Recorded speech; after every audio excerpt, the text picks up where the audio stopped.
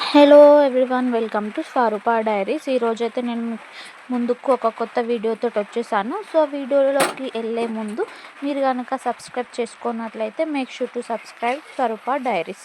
So ఈరోజు మన కొత్త వీడియో ఏంటంటే హెయిర్ ఆయిల్ రెడీ చేసుకోవడం అనమాట. ఈ హెయిర్ ఆయిల్ అనేది నేను ఆల్మోస్ట్ 5-6 ఇయర్స్ నుంచి యూజ్ చేస్తున్నాను.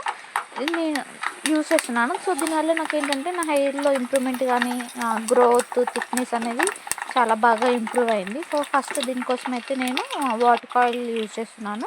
నేను నార్మల్గా వాటర్ ఆయిల్ యూజ్ చేస్తాను. మీ దగ్గర ఏమైనా పారాచూట్ ఇంకేమన్నా వేరే ఆయిల్స్ మీరు యూజ్ చేసేటుంటే అవి కూడా వాడుకోవచ్చు. సో ఫస్ట్ని ఆయిల్ని గ్యాస్ మీద పెట్టుకొని అందులో ఉల్లిపాయలు, కరివేపాకు, మందార పూలు అండ్ కలబంద ముక్కలు కూడా వేసేయండి. మీ దగ్గర మెంతులు, గోరింటాకు ఉన్నా కూడా మీరు అవి వేసుకోవచ్చు. నేనైతే మెంతులు, గోరింటాకు స్కిప్ చేశాను. నా దగ్గర అయితే అవి లేవు. కానీ వాటర్ ఆయిల్ ఆల్రెడీ మెంతులు ఉంటాయి కాబట్టి నేను స్కిప్ చేసేసాను అనమాట. మీ దగ్గర ఉంటే మీరు వేసుకోండి.